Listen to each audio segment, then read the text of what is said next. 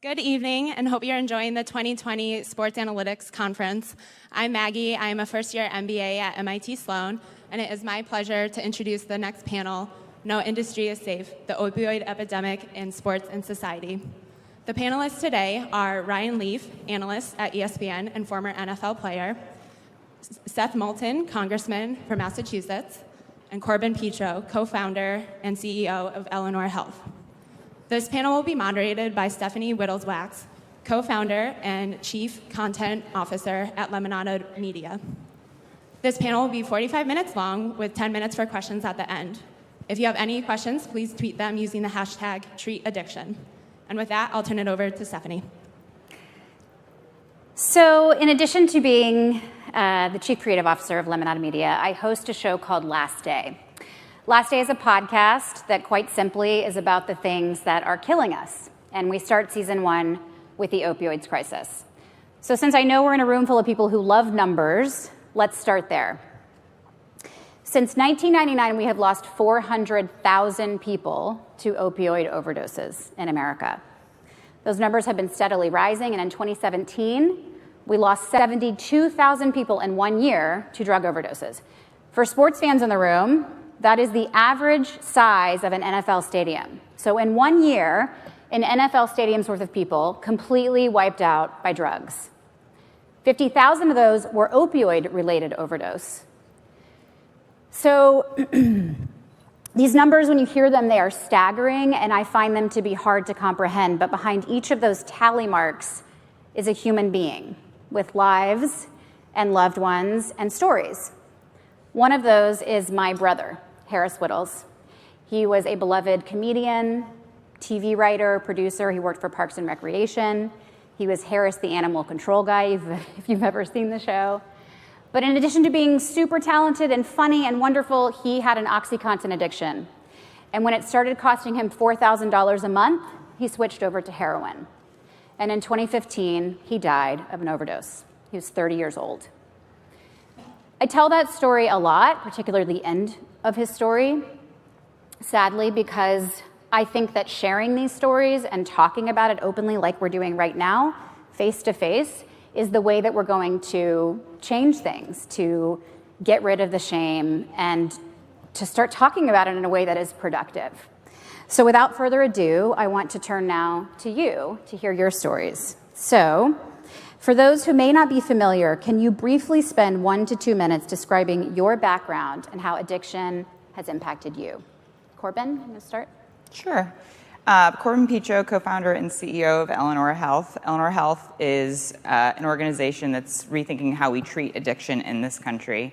My background has been in healthcare. I came into healthcare as a daughter of a family that prioritized public service and really see healthcare as a focus on service.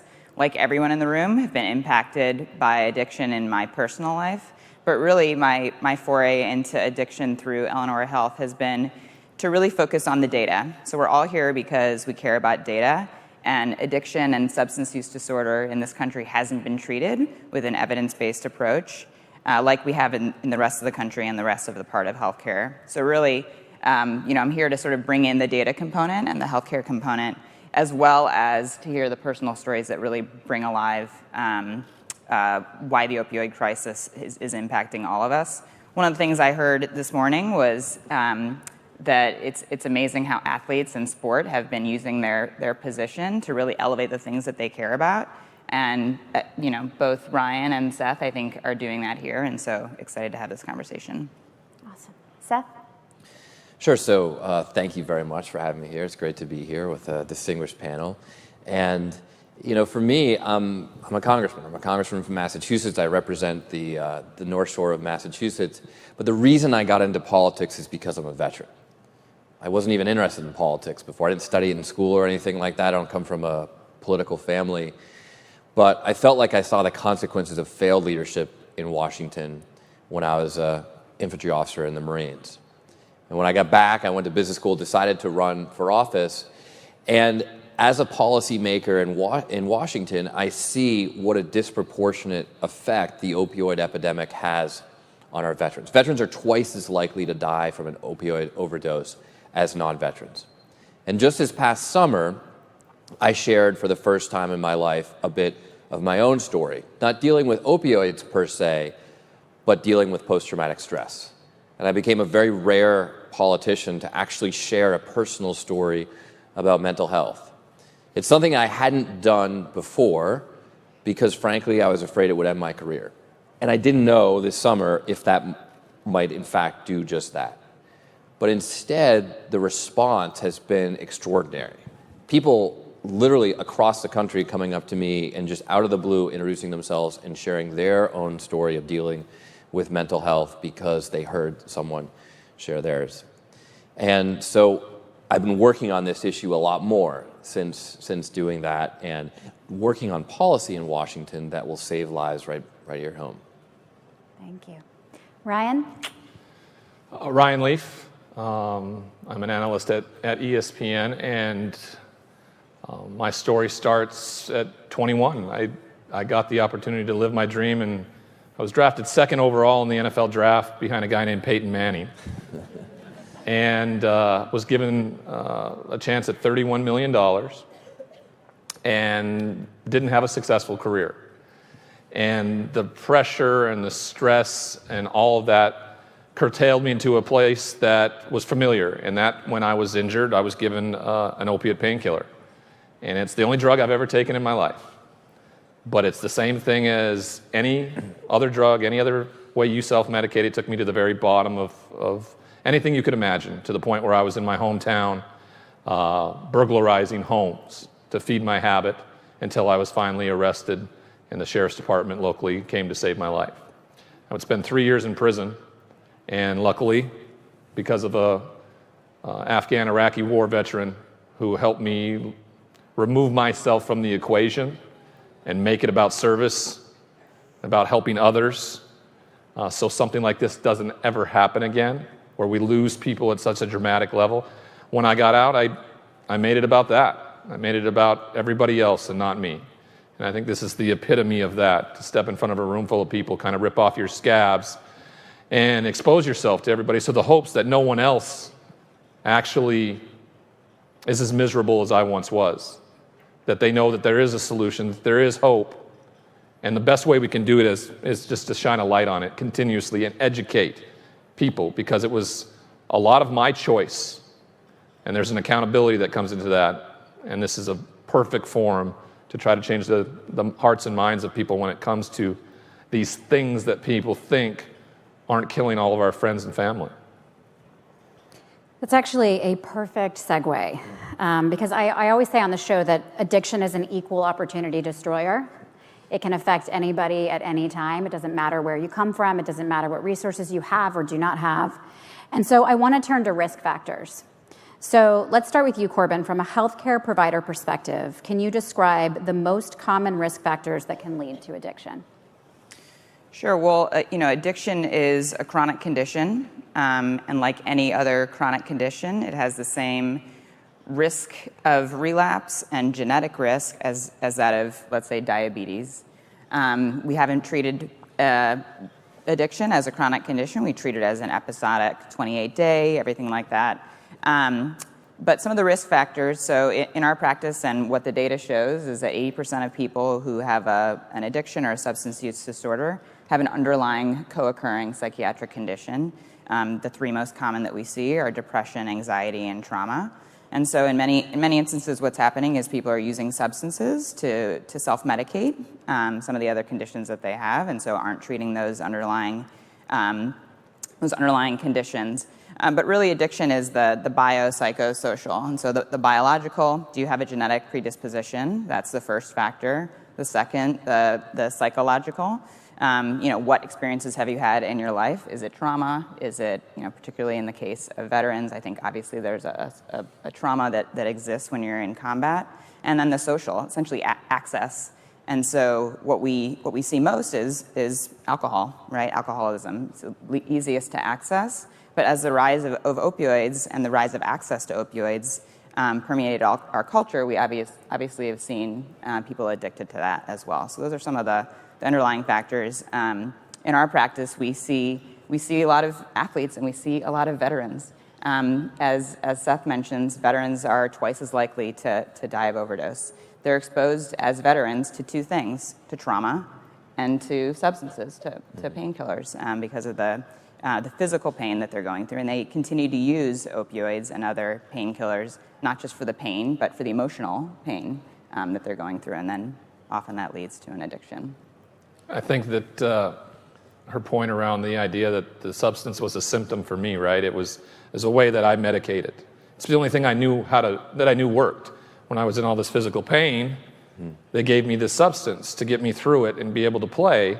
And then when I was in all this emotional pain, because I was dealing with co-occurring mental health disorders, I have severe depression.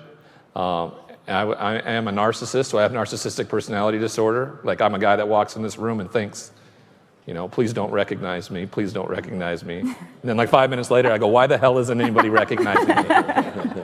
So I had all these co-occurring disorders that I was just choosing to deal with it in a negative and toxic way. And so it makes a lot of sense when it's the only thing you know and you're searching for not feeling anything.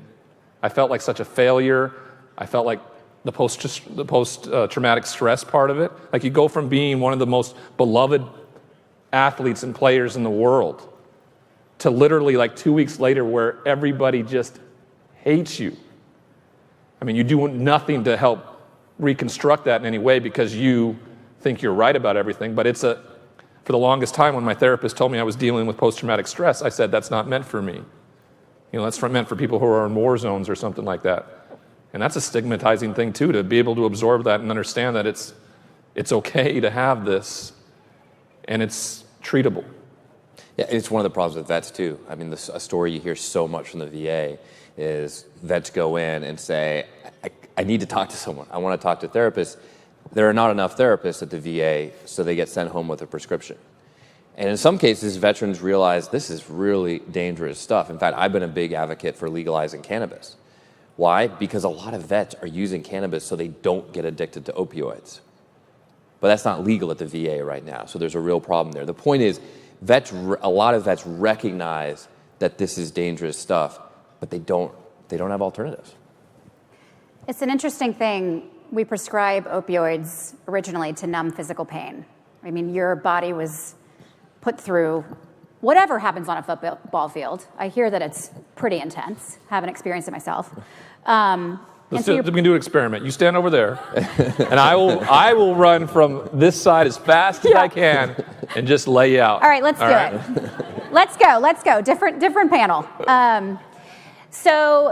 But you're prescribed this to numb physical pain, and then what ends up happening is that you use it to numb the emotional pain, right? And when do you figure out, or do you? Is there a moment where you go, you know what? This is going this way now. Is there a moment where that happens? I don't think you ever truly understand when it flips a switch, like you're dependent, or why you're using it. I understood it. I'd like to blame my failed football career on the fact that I was a junkie at the time, but competition was my first drug of choice. I competed at everything, and when that was finally gone, and I was dealing with all the ramifications that came with all the high pressure, the failing, the depression, all that stuff, the only resource I had was this medication that had worked for my physical pain. And I think where I grew up in the state of Montana, where there's a cowboy culture around not letting people know how you're actually really feeling. And then when you're in the locker rooms in the NFL, I've never experienced my whole life in those cultures another man that could walk up to me and say, hey, I'm really struggling with this. Can you help me? And since we're not aware of it and we don't see it, how are we to respond when we're in exactly the same place?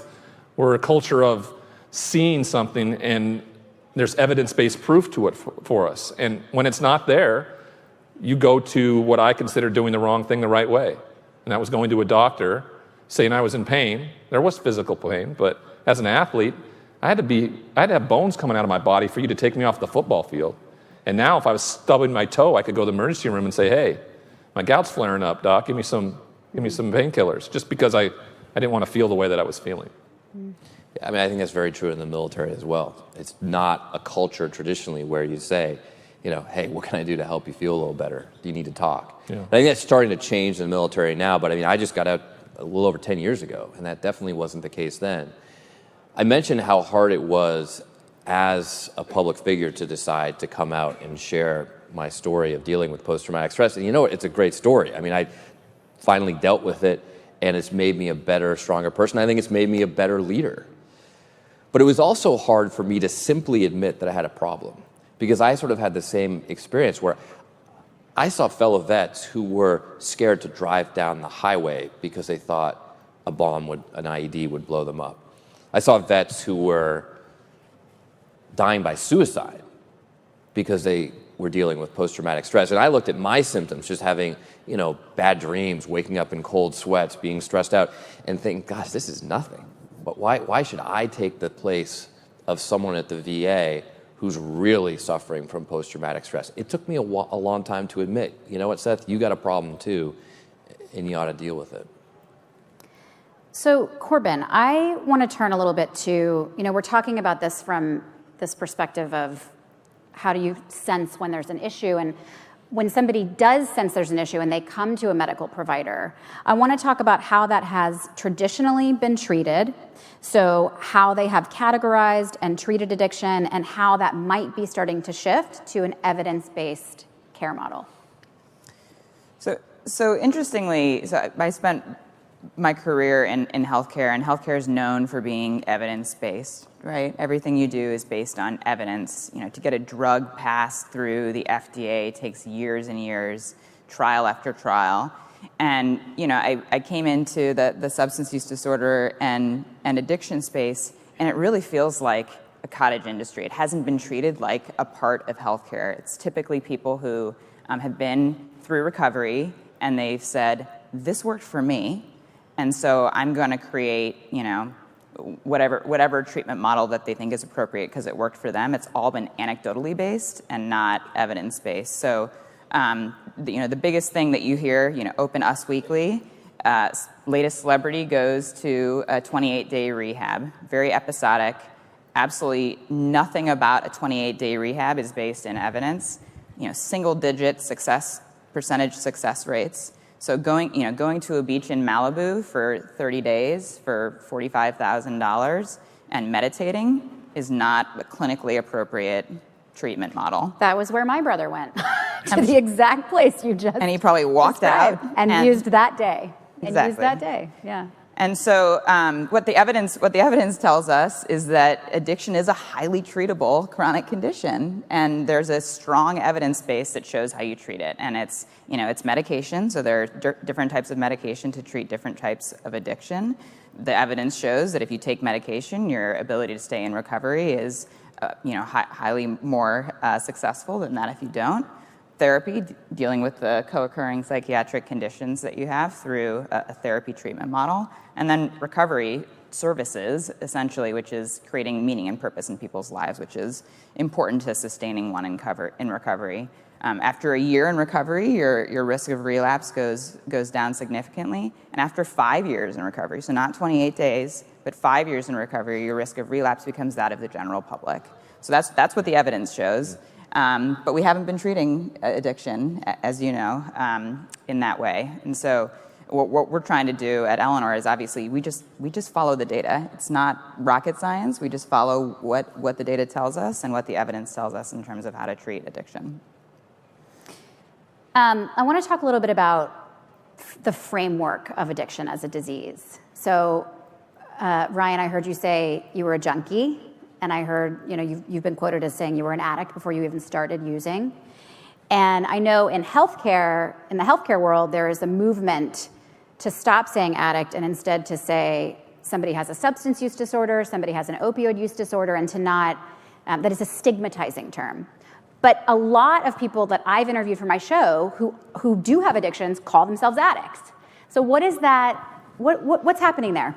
Well, for me, it's the audience that I speak to and the platform that I have usually are individuals who empathize with me because we've been through the same situations.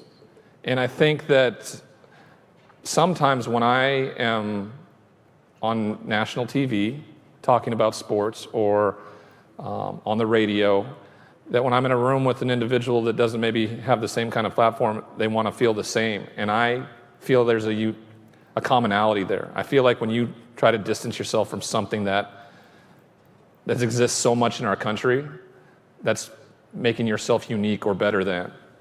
And when I speak and when I do stuff like this, I try to remove myself from the equation completely and be like everybody else. That, for me, is also a badge of honor. I've done amazing things in my life. I'm the only Montanan to ever be drafted in the first round of the NFL draft, right? There's more first-round draft picks in the Manning family than the whole state of Montana ever. So I've done amazing things to get where I was at, but I'm just like everybody else, you know? I just happen to have been a good football player at a time. And I think that commonality, those words, there's truth in it. And I think for the longest time, because I thought I was going to a doctor to get these drugs and not on the street getting heroin and shooting it with a needle or something like that, that made me a better drug addict. Or I wasn't the same. I thought I was better than and unique, and that's usually what got me into that mess in the first place, because I thought I was better than everybody else. And so for me, it's important. It's a badge of honor when somebody else says I'm 7 years sober, from being a drug addict. That's special to me when I hear somebody tell me their story. And I look at it as something else, right? I see it as a disease, a science, right? I was a drug addict long before I ever took a drug. Everybody uses whatever they use. Mine was sports. Mine was competition. I competed at everything. And I did for as long as I could until the competition was no longer there. And I chose a different unhealthy path, but that's essentially what addiction is. And I know how we act and behave. And I behaved that way my whole life. Just didn't start when I started taking opiate painkillers. Yeah, it seems like part of it is that if you say addict, that we need to talk about it like it's a disease so that we can get care, we can get policy, legislation passed that help people. So can you speak to that part of it? I mean, what is it going to take for us to make it easier for people who are struggling to get treatment, to access treatment? Well, I think it's all about just normalizing it, to get rid of the stigma and just say that, look, this is just, everybody has mental health care issues. Do you need to deal with them? If I were to say, hey, after this panel, I've got to go get my annual physical, no one would say anything like, oh my God, Seth, what's wrong with you? But if I said, I have to go to a mental health appointment right after this panel, people would immediately be taken aback and say, geez, is everything okay? And that shouldn't be the case. Checking in on your mental health should be as routine as going to the dentist every year. So we have this 3-part legislative plan that I've been pushing. I sort of released in conjunction with telling my own story.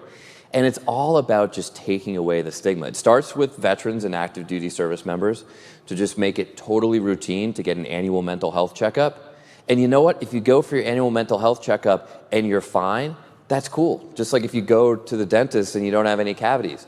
The doctor might say, hey, have you thought about meditating? Have you thought about practicing some of these mental practices that our elite special forces are using right now because it makes them better at their jobs, right? Proactive, preventative care.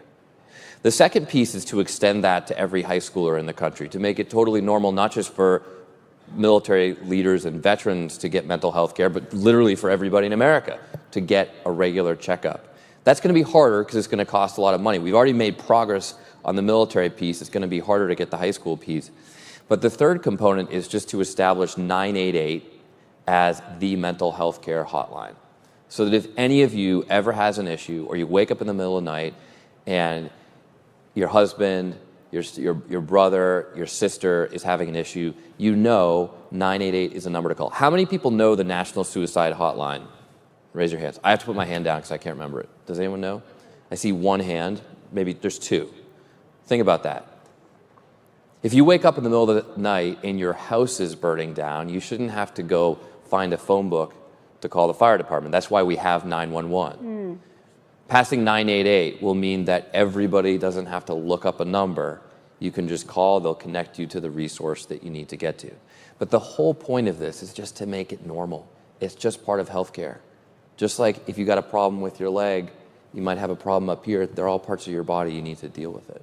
I think to your point, though, talking about destigmatizing by making it part of normalized healthcare, same is true for athletes talking about addiction. It sort of reduces the stigma to make it real, particularly because of how we've viewed addiction as sort of a moral failing in this country. And so I think, using data to show sort of, how many people are impacted by addiction, but also telling personal stories to make it real from an athlete's perspective. I mean, you think about football, 51% of former NFL players have said they used opioids, and 70% of those have said they abused them. So that's very commonplace, right? And so the fact that you're sort of an anomaly talking about it is to me shocking. That stigma. It's people not talking about it. Well, it's the point, right? You said you were fearful about telling your own story. I guess lucky for me, my story was told by the newspapers and by my company that I work for now all the time. So when I walked out of prison, it wasn't like I could hide from it. I thought I could, but then I realized that the only way for me to kind of take the power back and for me to try to be of service to others was to tell that story. The destigmatization of what this is, it's all about the spotlight. It's all about shining a light on it and making it as normal as you can. When I talk to a lot of the younger kids and I talk to the parents, I talk to about how I think it should be like a mandatory thing that once they graduate from high school or from college, they have to go to treatment for 30 days. Where in the world would you ever spend 30 days on yourself? Even if you don't have a problem. And your mental health screening is exactly that in that form, right? Early on, you start going to it, and it's just a gentle reminder, because I see a therapist every week, right? I'm almost 8 years sober now, but I see a therapist every week. My wife and I see a couples therapist, not because, we're struggling with anything, but because I'm a football player and an athlete. We suck at communication, so I want to be better at that with her.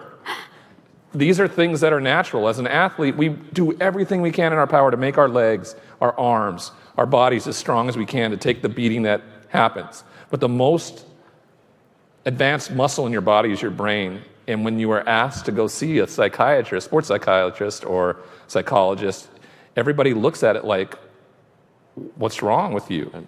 Or to his point, when you hear somebody goes to rehab, it's usually the perception did you hear Lucy went to rehab? Oh no. It's not like a champion thing like, Lucy went to rehab. This is awesome. And that's the part that we'd like to change with the conversation. Yeah, it's one of the reasons why one of the things my team and I really try to do is when people talk about PTSD, we talk about PTS, post-traumatic stress. Because as one of my closest friends in the Marines, who was in my first platoon, said to me, Seth, it would be a disorder if you weren't affected by what we saw. It's a natural human reaction to have some anxiety coming out of a super stressful situation. And we've got to normalize that for Americans. Okay, so the rehab, speaking about going to rehab, right? Rehab, relapse, this is a common pattern. It's part of this 28-day thing that, I could spend hours talking about how wrong it is. From a non-medical perspective, as a family member, to just see your person go in, come out, fail, go back in, come out, fail, and then feel like a failure. And then that is self-defeating. Mm-hmm. So I know you talk at Eleanor Health a lot about long-term recovery and a whole person approach. And you're leveraging data to do this long-term recovery. So I feel like this is a completely different way to look at the rehab model. And people think I can't afford it, or I can't afford to leave my life I can't leave my life for 30 days. How am I going to leave my life for 90 days or 60 days, So how do you encourage people to believe in long-term care? Can you talk a little bit about that and how you're using that? So that's I would say the thing that keeps me up at night, because when people think of recovery, they think of the rehab industry has done a really good job of making people think that what they do is what you need to do if you have an addiction that you need to treat. And our system has done nothing but support that through our payment models. So in healthcare, you're paid for the number of sort of services that you provide, not the outcomes that you get. And so it actually benefits to go the 28-day rehabs to have people go in and out and in and out and in and out. And so a long-term recovery that ends in 1 or 5 years. So, a several years at Eleanor is the same as a month of treatment in terms of cost, because it's in an outpatient setting. It's not at a luxury resort. It's in the community where you're facing your stressors every day, and you're learning how to deal with those stressors. I always try to compare it to make it real for folks. When you go on a vacation, do you eat the same way? Do you work out the same way? No. I mean, go out every night, have ice cream, and don't really work out.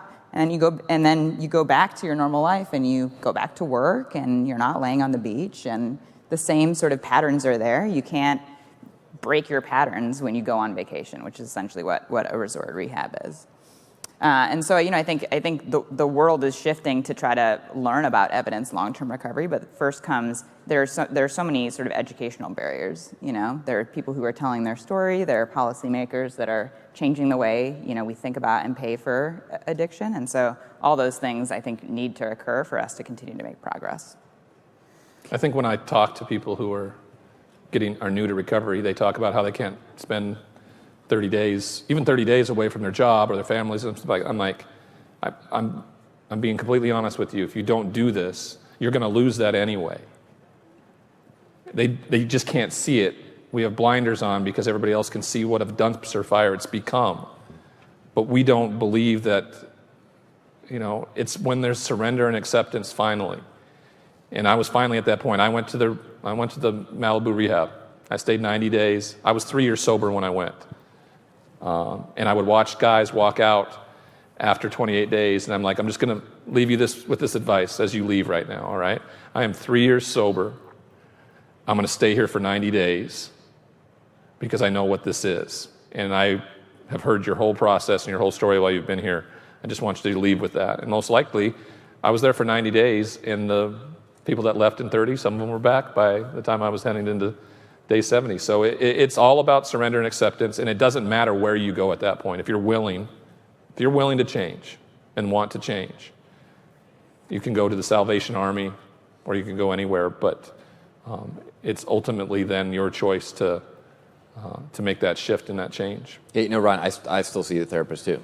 And I feel like I've been very successful in managing my post-traumatic stress. I don't have the nightmares and things like that I used to. I don't feel withdrawn from my work like I sometimes did in grad school. I feel totally engaged.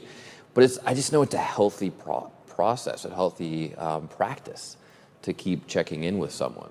And so I have no intention of stopping that. For me, it's the accountability piece, right? Yeah.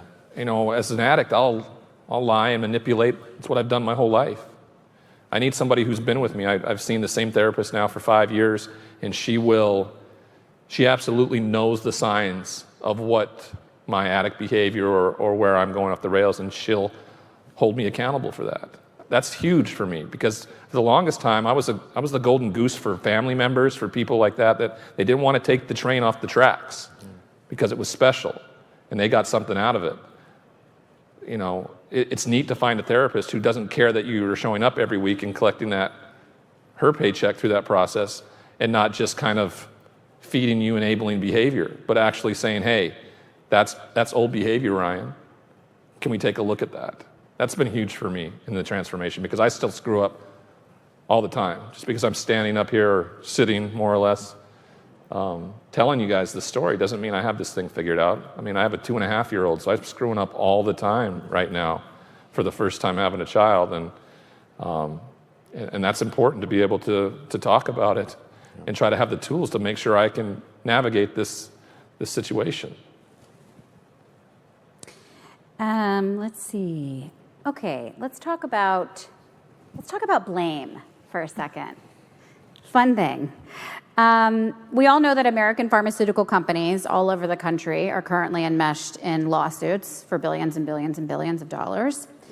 And I think it's very human to want to place blame somewhere. You shifting from talking about accountability of self to want to say it's that person's fault. And it's very convenient that the Sacklers, with all these lawsuits coming out, it seems that there is nefarious intent with what they did, right? So can we sort of talk about how helpful is it to want to and then try to say, this is your fault? Where does that leave us, with all of these lawsuits and everything going on with that? I think there's a place for blame in that the pharmaceutical industry has done things to push substances as medication that and indicate that they're not addictive.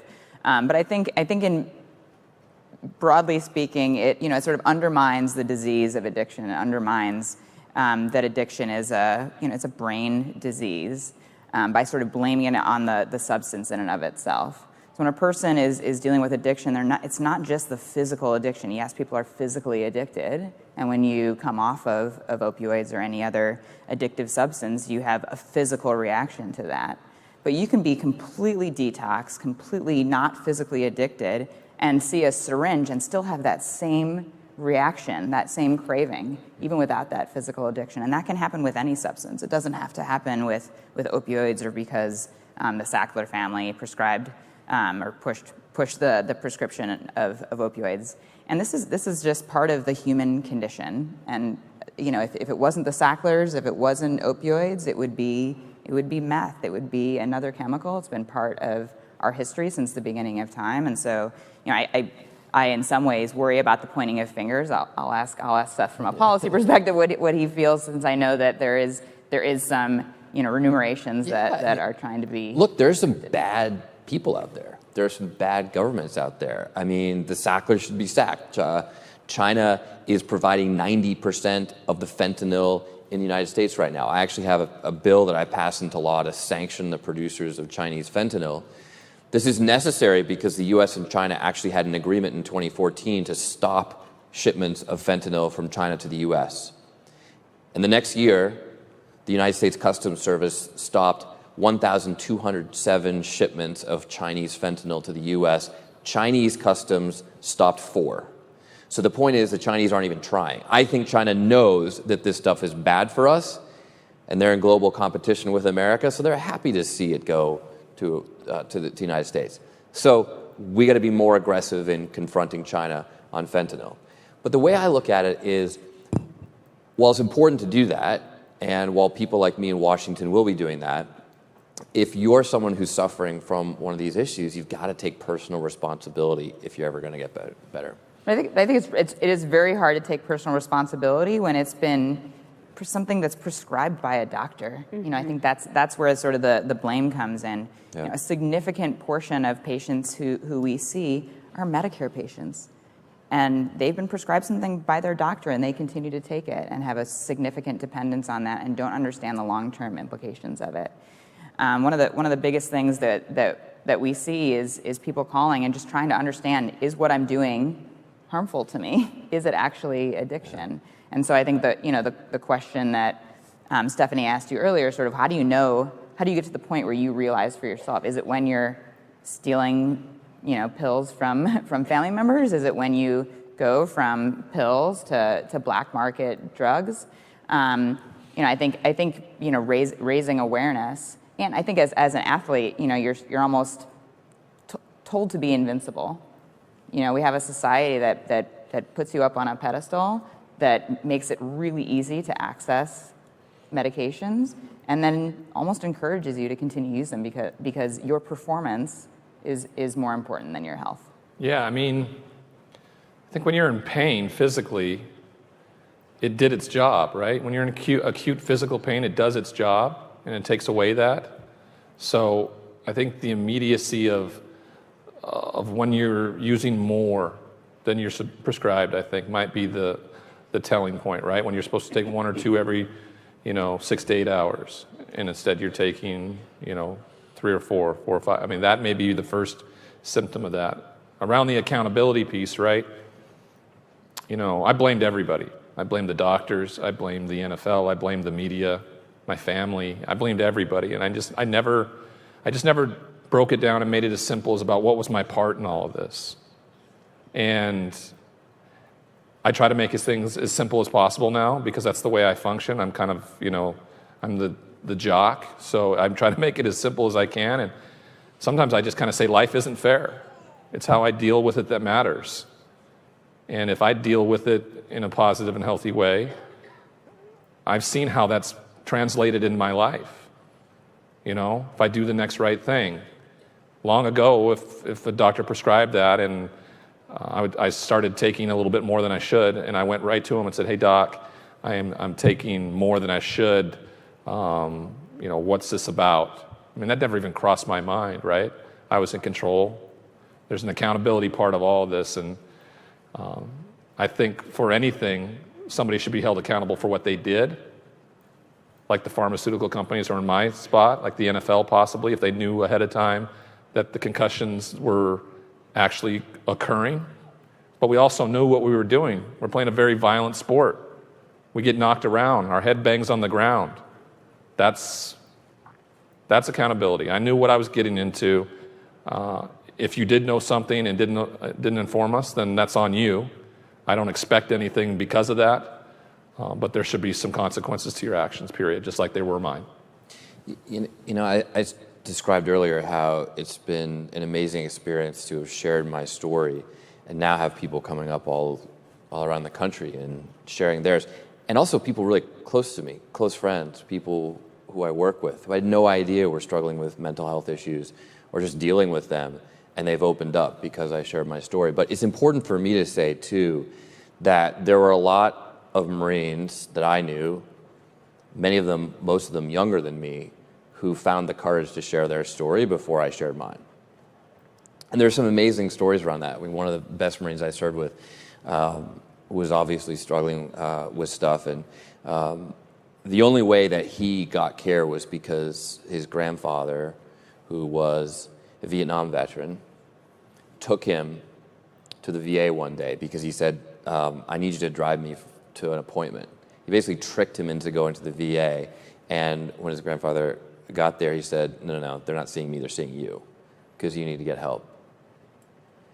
And the amazing part of that story is that after this friend of mine started going to the VA and getting therapy and started getting better, and his grandfather saw this, his grandfather, for the first time in his life as a Vietnam veteran, asked for help himself.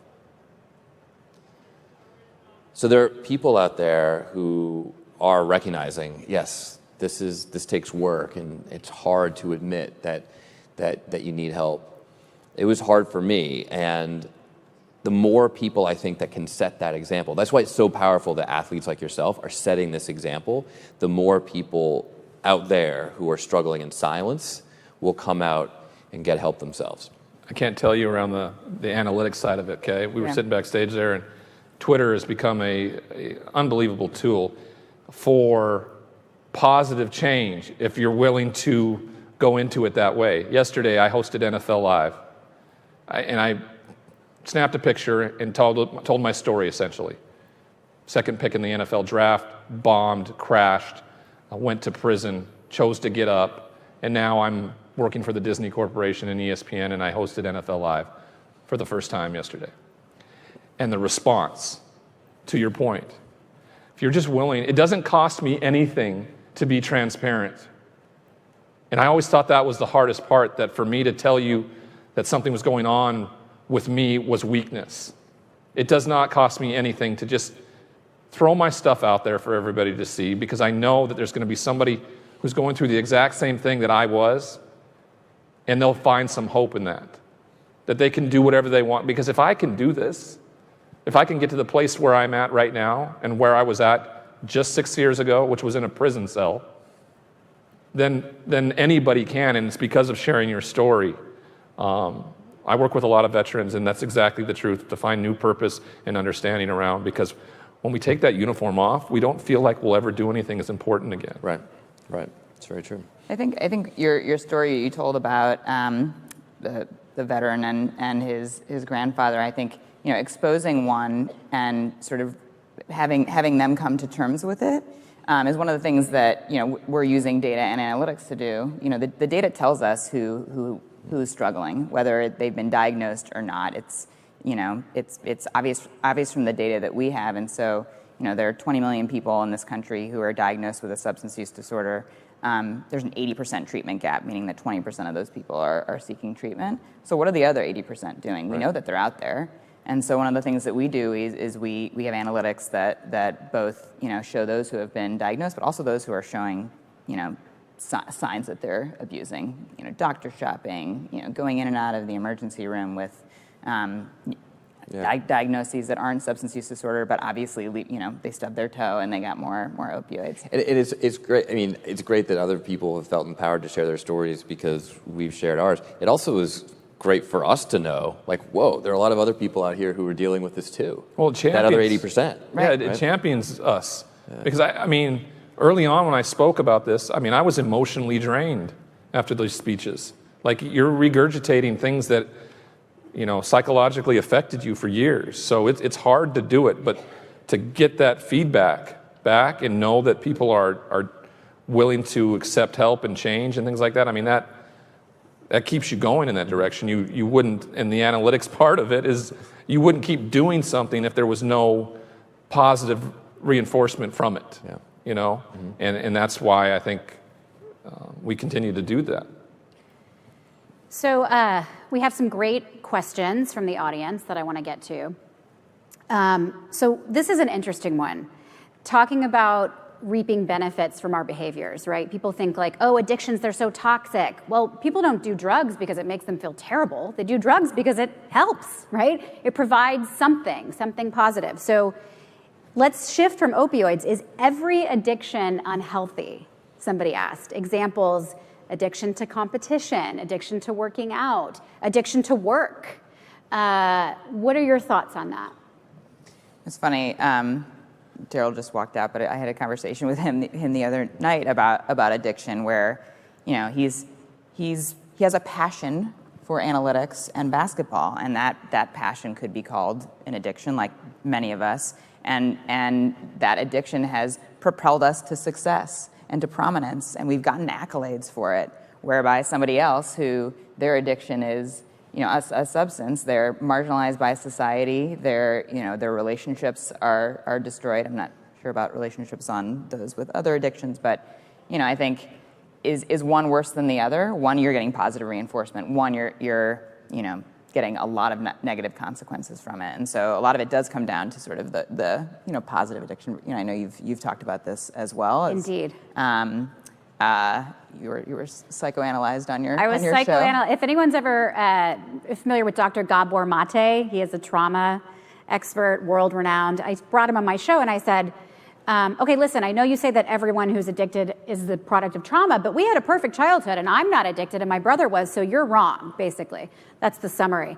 And then he spent 45 minutes telling me how wrong I am about my childhood, and also that I do have an addiction. It just happens to be a positive one that is societally accepted, but still has a negative impact on my family. If I'm working obsessively and I'm ignoring my 6-year-old, she now has a sign on her door that says no technology allowed in my room, And I'm like, oh no, so my positive addiction impacts her negatively. And I think that's an interesting thing to sort of think about. It might not be opioids, but what I'm doing to fulfill whatever I need to do is having an impact on my loved ones. And the brain scans for you versus the brain scans of somebody who is craving, it's the same. Right. They look the same. And so, it's a more of a philosophical question than that.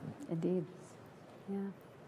You're not doing any policy around that? Well, I just want to make sure we get to other questions. But I think it's just real. I remember a conversation with someone in the front seat of my car saying, Seth, why are you going 80 miles an hour down Starrow Drive? And I was like, well, I missed the adrenaline. That wasn't a good, right. wasn't a good decision at that moment. Now, if you see me on Starrow Drive, I have a 16-month-old daughter, so I'm like 5 miles an hour below the speed limit. But yeah, it's real. It feels good. It's fun. Yeah. Okay, so this is an interesting question. Do we see the same problems existing internationally? So France, Germany, UK, or is this more of a US problem? It's absolutely international, and the difference is that a lot of other countries are much better at dealing with mental health. Portugal, for one. Yep. They're better at dealing with mental health, and they don't have a lot of the same stigmas. So, we call it harm reduction, right? So it's accepting people as they are, as they come into treatment. Other countries are huge proponents of harm reduction. Well, Portugal has supervised injection sites, something that we should have here in Massachusetts, but most other people in my seat, including the governor, are against it. And that's something that we need to change because it's working in Portugal. Can you explain for those who don't know, because I know there's a lot of misunderstanding around supervised injection sites. Can someone give us a quick and dirty about what those are? It's a safe place for people who are addicted, who aren't willing to get the help that they need at the time to.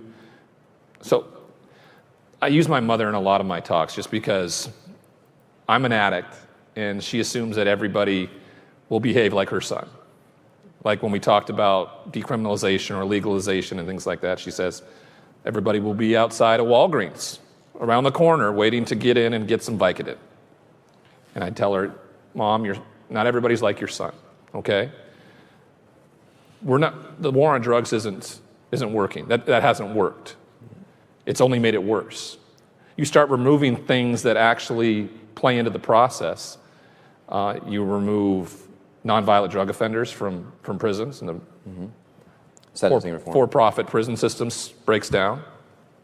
There's the DEA, doesn't necessarily have to exist in the same form. You have black market drugs coming into the country. Those are no longer things, because if you're an opiate addict like I am, and I want to get my fix, I'm going to get it regardless. The difference is I don't know what the hell's going to be in it, most likely on the street, where if you go to a drugstore, if you go to a safe injection site, it's a clean needle. You're not going to be dying from it. The whole conversation around whether or not first responders should have Narcan available to them. They should. Everybody should. Because I tell you right now, and I use this as an example, if I had overdosed, and many people who are opposed to this think that you're just incentivizing drug addicts to overdose because they know they're going to be saved. And I'm telling you right now, we're trying to numb ourselves completely. And what's the furthest and farthest reach we could go to numb ourselves, and that's to no longer be here. Yeah, I have Narcan in the bag I take everywhere I go. And thank you. The reality of these, and there are plenty of studies that prove this, the reality of these safe injection sites is that they make communities safer. Yep. Because fewer people die, and more people who go to these sites actually get exposed to treatment options and take advantage of them. And what we need to know is people are going to use. They're going to do it in the Starbucks bathroom, or they're going to do it at the safe injection site. They're going to do it on the playground or there. And that's so that's one part of harm reduction is the safe injection sites. But the other is that in the recovery and addiction community, it's typically been abstinence only. And so if you're a heroin addict, you have to come in and say, I want to give up everything. Well, that's really hard, and that we don't treat anyone like that in the rest of healthcare. We don't sort of fire patients because their A1C level for a diabetic went off. You don't kick them out and say, well, I'm never giving you insulin again. And so harm reduction also means sort of accepting people who they are. We had a patient who came in who was a heroin addict and wanted to get off heroin, but also wanted to have a pot brownie and a beer on the weekend with his friends. And every other treatment facility would have fired him and said, you're absolutely not ready for treatment. He absolutely was ready for treatment, and he's been off heroin, and now he's off of marijuana as well. He's still having a beer on the weekend with friends, but guess what? He's been incredibly improved his health care, and he's been living a much more fulfilling life. Okay, we have a lot of questions, and I'm looking at this clock, and it's just ticking away. So I'm gonna do one more, and it sort of spins off of what you just said. So there are all of these experimental treatments now, and some of them involve psychedelics. So what are your thoughts on the emerging evidence showing benefits of treating PTS? Do we say D or just PTS? PTS. PTS, thank you. I learned something today. Me too. That's great. Dropping the D. So dropping the D. Benefits of treating PTS. That could mean another thing. We're just another hashtag. Right. Another panel for another time. Drop the D. Wow. What are your thoughts on the emerging evidence showing benefits of treating PTS with psychedelics? I know this is not a very popular position in politics right now, but I actually believe in facts. And the fact of the matter is that we should look at the data here. This is an analytics conference, and if the data supports this, then we should explore it. So I'm all for it. I'm not a doctor. This is my experience. I don't know how other things affect other people chemically. Guess how we figure that out? Through science. Yeah. and I'm not smart enough to be informed to make those decisions. I know what works for me because of the care from my healthcare professionals and how we've gone about it, and I take their advice because I don't make the proper choices, right? My best thinking took me to a prison cell, so I don't make the proper choices. I need to understand this, and that's where the data and the analysis comes into it. And my doctors have put that in the right place for me. I have some bills out there just to allow the VA to study cannabis because so many veterans are using cannabis, many because they don't want to get addicted to opioids, and we don't even know what that means. It's something that we should study. Now, the political opponents of this are the abstinence-only people. Abstinence only when it comes to drugs, when it comes to sex ed. We don't need to go down that pathway, but there are a lot of Americans out there, including many of my colleagues in Congress, who think that's the only approach. That's not what the data suggests. I think to Ryan's point, different things work for different people, and so a very personalized approach is what we need. It's what we need for everything, right? A very sort of whole person approach. For some people, it's running, essentially, probably replacing one addiction with another, but that sort of gives a person meaning and purpose to continue in recovery, and for others, it might be psychedelics. I don't know the evidence behind that. You're like, I can't speak to that. I cannot speak to the evidence of psychedelics. So. Well, we had many other questions. Unfortunately, we are out of time. So I just want to thank all of you for coming and all that you're doing to make the world better. It can feel like it's getting worse, but this stuff brings everybody hope. So thank you guys very, very much.